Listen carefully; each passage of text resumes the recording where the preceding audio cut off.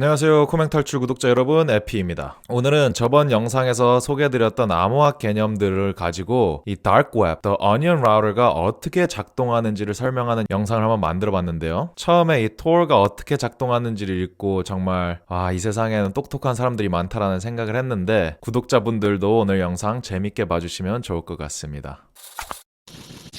다크웹이라는 게 Tor, The Onion Router라는 걸 사용해서 작동을 하는데 한번 알아보도록 하겠습니다. 그래서 저번에 얘기했다시피 인터넷은 무서운 곳이에요. 그래서 내가 어느 웹사이트를 가는지 어느 이야기를 하고 있는지 충분히 트랙이 가능합니다. 와이파이 얘기도 했었죠. 그래서 내가 구글을 쓰고 있으면 그 카페 같은 와이파이를 사용하는 딴 사람들이 충분히 알 수가 있어요. 이거에 대해서 더 알고 싶으신 분들은 제 지난 영상을 한번 확인해 주시기 바랍니다. 그래서 암호화하면 다 된 거 아니냐 하실 수 있는데 암호화를 해도 한 가지 문제가 있습니다. 뭐냐면은 무슨 얘기를 하는지는 모르는데 누가 누구랑 얘기하는지는 아직도 알 수가 있어요. 그러니까 암호화를 해도 내가 구글에 가고 있다는 사실은 충분히 알 수가 있습니다. 그래서 이 Tor, The Onion Router라는 걸 사용하면 누가 누구랑 이야기하는지도 숨기는 게 가능한데요.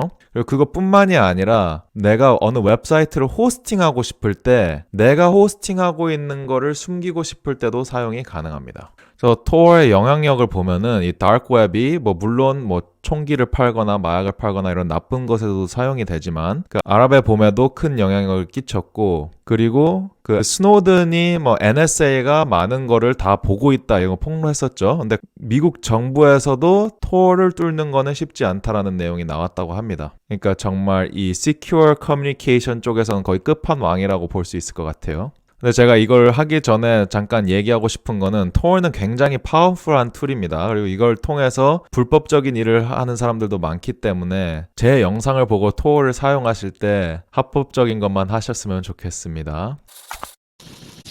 그럼 한번 제대로 알아보도록 하겠습니다. 제가 두 가지로 나눠서 얘기를 할 거예요. 하나는 내가 웹 서핑을 할 때 익명으로 하는 거랑 두 번째는 이제 웹 호스팅을 어떻게 익명으로 하는지 두 가지로 나눠서 얘기를 해볼 텐데 웹 서핑부터 한번 볼게요. 기본적으로는 어떻게 작동을 하냐면 이 인터넷상에 이 Onion Router라는 게 많이 있는 거예요. 이건 발룬티어들입니다. 그러니까 사람들이 내 컴퓨터를 Onion 라우터로 사용해도 돼 라고 이렇게 인터넷에 올려놓는 거예요. 그러면 그런 컴퓨터들이 여러 개가 있고 그 다음에 디렉토리 서버가 있어요. 그래서 이 Onion 라우터들이 어디에 있는지 저장을 해놓는 게 디렉토리 서버입니다. 그럼 내가 웹서핑을 하고 싶다. 그럼 내 컴퓨터에 이 Onion Proxy라는 게 있는데 얘가 어떤 역할을 하냐면 이 디렉토리 서버한테 야 Onion 라우터들 어디에 있는지 알려줘 물어봅니다. 그 다음에 몇 개를 찝어요. 그래가지고 나는 Onion Router A, B, C, D를 연결되는 서킷을 만들어야겠다 이렇게 정하는 거예요. 그러고 나면 A, B, C, D 이렇게 연결을 합니다. 이 서킷을 만드는 과정이 어떻게 되는지 좀 더 깊게 한번 설명을 해볼게요. 이 서킷을 만들 때 Diffie-Hellman Key Exchange라는 걸 사용하는데 간단하게 짚고 넘어가겠습니다. 앨리스하고 밥이 하는 말을 모두가 들을 수 있는 상황에서 그러니까 이브도 이 둘이 무슨 말을 하는지 다 들을 수가 있어요.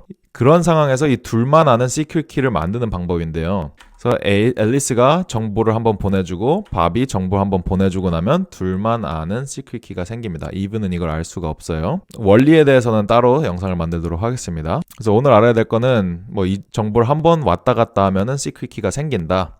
그래서 이 정보 A를 제가 Diffie-Hellman X 그 다음에 정보 B를 Diffie-Hellman Y라고 부르도록 하겠습니다. 앞으로. 그래서 이 서킷 만드는 거를 보면은 어떻게 되느냐? 이 Onion Proxy가 처음에 이 Onion Router A한테 메시지를 보내요. 근데 이 어떤 메시지냐? 이 Onion Router A가 가지고 있는 Public Key가 있습니다. 그래서 A의 Public Key를 가지고 이 Diffie-Hellman X를 엔크립트를 해서 보내라 이 뜻이에요. 이게. 그러면은 이 Onion Router A는 이 Diffie-Hellman Key Exchange X를 받았으니까 Y를 답장을 해줍니다. 그러고 나면은 이 둘만 아는 시크릿 키가 생긴 거죠. 이거 key-a라고 부를게요.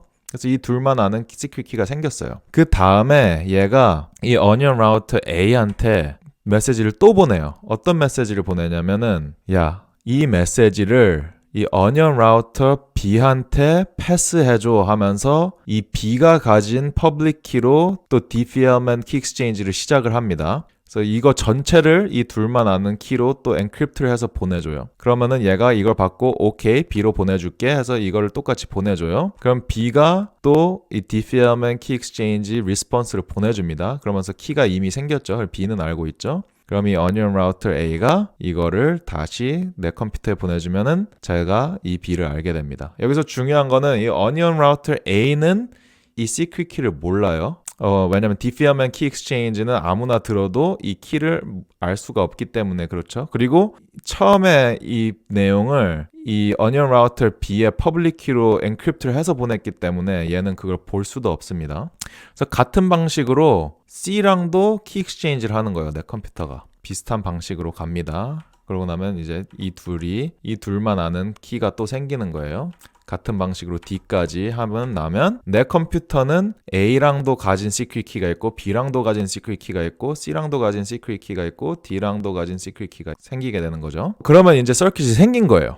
이 서킷을 다 만든 다음에는 자 이제 내가 네이버를 써야겠다 하면 어떤 일이 일어나느냐면 제 컴퓨터에 키가 다 있잖아요. 그래서 이 네이버로 보내는 HTTP 리퀘스트를 D로 인크립트를 하고 그거 전체를 C로 또 인크립트를 하고 그거 전체를 B로 인크립트를 하고 그거 전체를 A로 인크립트를 합니다. 그 다음에 그걸 A한테 보내는 거예요. 그러면은 A는 이걸 받아가지고 시크릿 키 A를 얘도 가지고 있죠. 그러니까 이 마지막 레이어를 디크립트를 하는 겁니다. 그 다음에 그거 벗겨진 거를 B한테 보내줘요. 또 B는 시크릿 키 B를 가지고 있기 때문에 마지막 인크립션을 벗길 수가 있죠. 이걸 벗겨서 C한테 보내주고 C는 이걸 벗겨서 D한테 보내주고 D는 이걸 벗기면 이거 네이버한테 보내는 HTTP 리퀘스트네 하니까 네이버한테 이걸 리퀘스트를 보내줍니다. 그럼 네이버는 이 onion router D가 이 리퀘스트를 보냈으니까 걔한테 리스폰스를 보내주는 거예요. 그래서 리스폰스를 계산을 해서 보내줍니다. 그러면은 D는 자기가 가지고 있는 시크릿 키로 이걸 엔크립트를 해서 C한테 보내주고 C는 자기가 가지고 있는 키로 엔크립트를 해서 B로 보내주고 B는 자기가 가지고 있는 키로 엔크립트를 해서 A로